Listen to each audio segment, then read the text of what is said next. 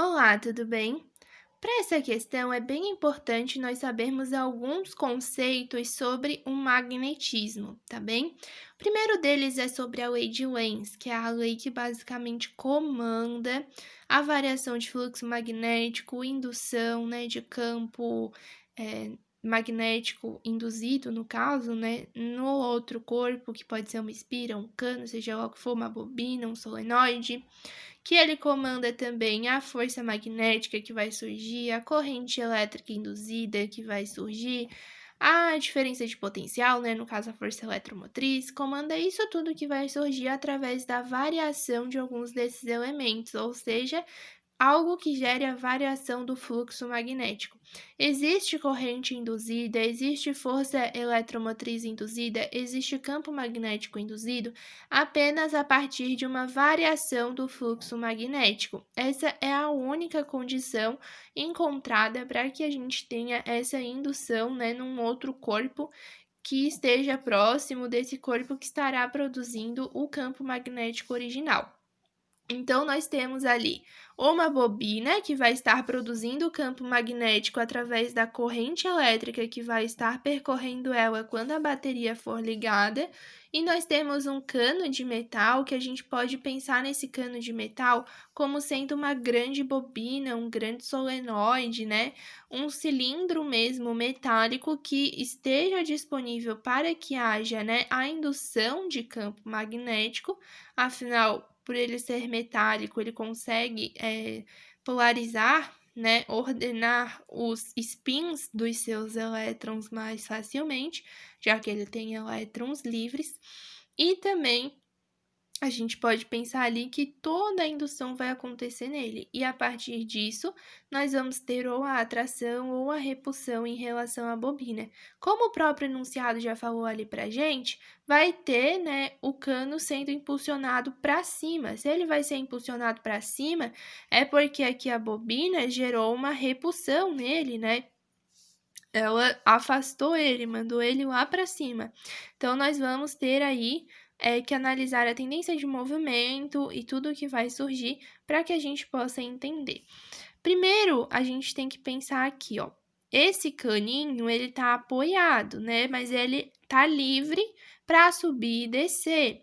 Se não tivesse, né? Se a gente tirasse o apoio, soltasse o caninho aqui e não botasse nenhum campo magnético, qual era a tendência de movimento dele? Era descer. Por quê? Porque ele tem a atuação da força-peso.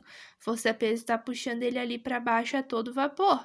Então, o que ele quer fazer é descer. Logo, essa é a tendência de movimento dele.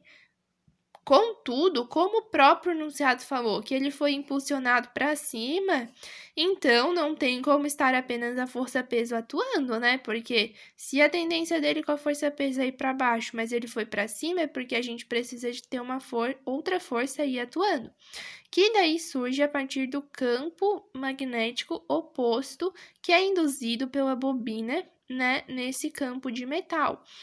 Então, por exemplo, eu criei aqui essas linhas de campo totalmente aleatórias, porque ali não tá falando qual polo é positivo, negativo, a gente não sabe para onde é que tá a corrente, né? Mas então eu falei aqui que o campo magnético gerado pelo percurso da corrente elétrica dentro dessa bobina é nesse sentido. Se o campo magnético sai do norte e vai para o sul, então eu sei que aqui em cima eu tenho um polo norte e aqui embaixo eu tenho um polo sul. Lembrando que a gente fala sai do norte e vai para o sul na área externa, né? Então, seria nessa parte aqui, sai do norte e vai para o sul. Na área interna é o contrário, sai do sul e vai para o norte, fechando a linha de campo. Mas, de qualquer forma, aqui eu tenho um polo norte, então aqui vai me criar também um polo norte induzido, e aqui, obviamente, vai ser o polo sul induzido. Com isso, né, nós teremos dois polos magnéticos de mesmo caráter, digamos assim, né, que os dois são norte. Norte com norte repele e vai gerar uma força magnética aqui para cima. Mas por que que houve, né, essa repulsão? Porque se há uma mudança de alguma dessas variáveis aqui, então vai haver a variação de fluxo magnético que vai induzir a formação de campo magnético aqui, logo, né, que vai gerar essa atração ou repulsão. A gente sabe que o fluxo magnético é definido por campo magnético vezes a área vezes o cosseno da inclinação, né? O cosseno que é feito entre a normal das linhas de campo magnético e o próprio corpo que vai estar ali sendo induzido. Como esse cano, né, ele não vai sofrer nenhuma rotação, ele vai continuar aqui bonitinho, só subindo e descendo, ele não vai fazer assim, nem nada disso. Então, o cosseno de θ aqui permanece constante. Essa área aqui poderia se confundir, né, pensando nela constante, mas na verdade ela não é. Porque a área que está aqui, né, nessa fórmula nada mais é do que a área desse corpo aqui que vai estar recebendo as linhas de campo, né, que efetivamente recebe a linha de campo. Então não é simplesmente a área da superfície aqui desse cano, não é só isso, a gente tem que pensar em toda a área que vai estar recebendo as linhas de campo. Quando não tinha campo, quando o campo aqui é zero, então, obviamente, não existia área recebendo linha de campo, né? Então, a área também era zero. Quando esse campo aumentou, então a área aumentou para toda essa superfície ali circular do cano que vai estar agora recebendo as linhas de campo. Então, a área também vai variar, né? Ela vai de zero até a área dessa parte circular aqui do campo que vai estar recebendo as linhas aqui. E além disso, o próprio valor do campo magnético também vai se alterar, afinal, antes ele estava nulo e a partir do momento em que a corrente elétrica percorre ele, existe a indução, né, de um campo magnético sendo produzido aqui. Então, o valor do campo magnético ao qual esse cano está submetido também vai se alterar, porque ele vai passar de zero a um determinado valor aí que a gente não tem como calcular no momento. Mas ele também vai variar com o surgimento da corrente. Se eu vou ter a variação das características, né, desse fluxo magnético, então eu vou ter variação do fluxo magnético. E pelas leis do magnetismo, a gente sabe que uma variação do fluxo magnético gera sim um campo magnético induzido nesse cano que vai estar recebendo as linhas de campo formadas pela bobina, vai gerar uma corrente elétrica induzida nesse cano e vai gerar também uma força eletromotriz nesse cano. Por isso que a alternativa A é mais correta, porque ela fala: surge no cano de metal um campo magnético oposto ao da bobina, né? Afinal, se ele vai para cima, tem que ser oposto ao da bobina por conta da variação de fluxo magnético, é verdade. Como a tendência dele era se aproximar e pela lei de Lenz a gente tem a oposição, lembra? A lei de Lenz, ela sempre quer o que ela não tem. Se ela tem o cano aqui se aproximando, ela quer que ele se afaste. Se ela tem ele se afastando, ela quer que ele se aproxime. Então, quando ele começa a se afastar, né, que ele começa a criar essa velocidade para cima, vai existir a indução de um outro campo, que é o polo sul aqui embaixo e o polo norte aqui em cima. Porque a partir do momento em que ela se afasta, essa bobina aqui já vai querer que ela se aproxime de novo. A lei de Lenz é basicamente a lei que quer tudo que não pode. Então, se está se aproximando, ele quer que se afaste. Se está se afastando, ele quer que se aproxime. Então, como a tendência de movimento era se aproximar, cria-se um campo de modo que gere o afastamento entre esses dois corpos.